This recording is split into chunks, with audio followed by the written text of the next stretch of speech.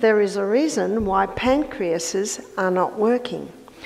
Now, the pancreas's, one of its main roles is to release two hormones.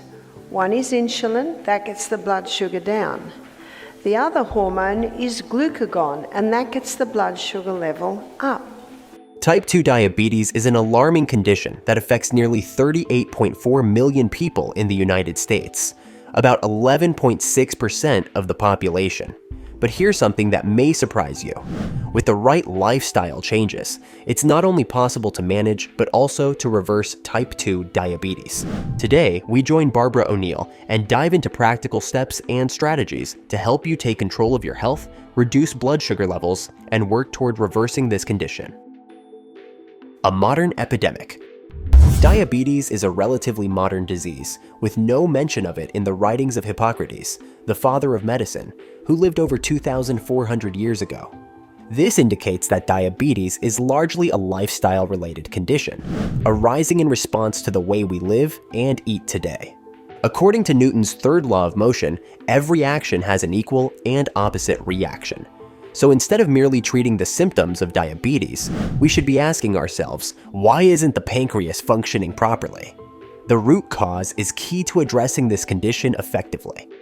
Now, the meal that you had tonight, because it's high in fibre, I think everything had fibre, generous proteins, there's your legumes and some great fats, it gives a slow, sure, steady release of glucose, of nutrients.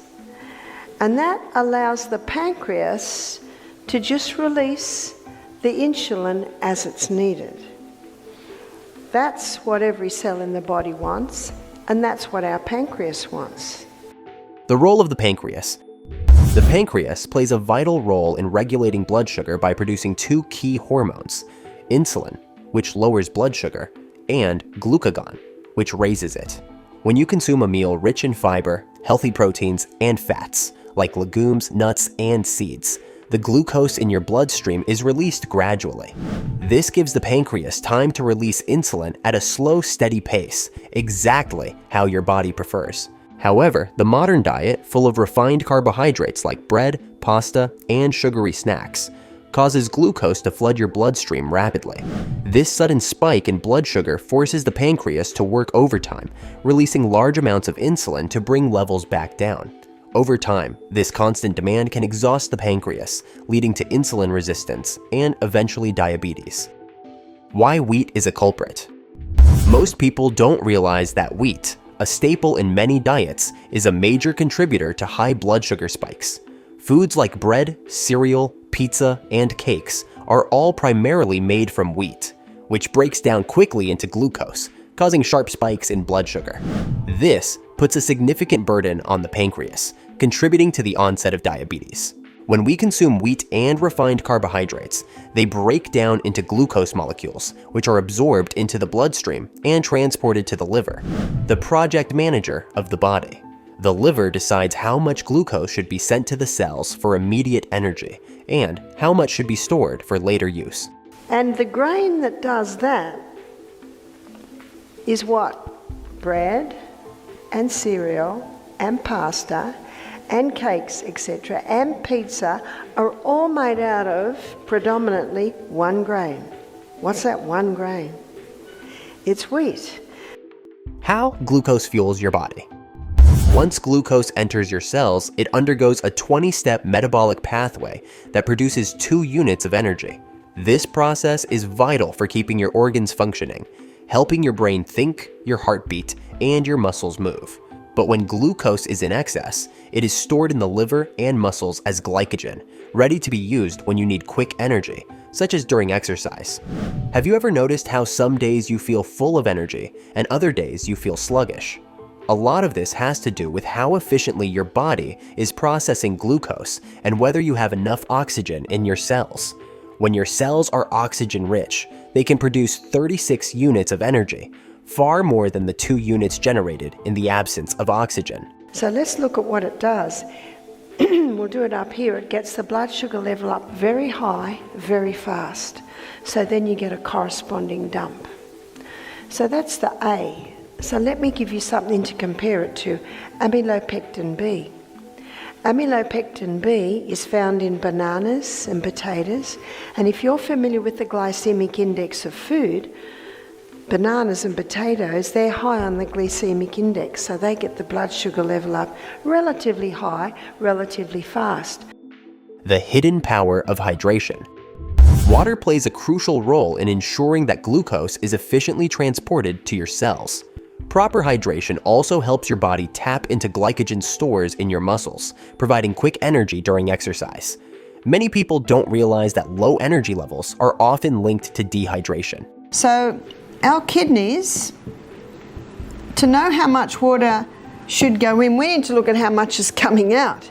So in our kidneys, we urinate out 1.5 litre loss. Now, a litre is the same as a quart.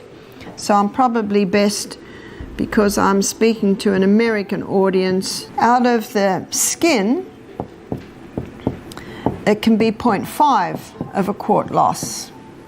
Out of the colon, 0.3 of a quart loss. And out of the lungs, it's about a 0.2. That equals 2.5 quart loss every day. So 2 quarts is 8 cups. So that's 10 glasses, 8 ounce glasses of water a day is lost. So we should be drinking at least 2 quarts a day. Dairy and diabetes.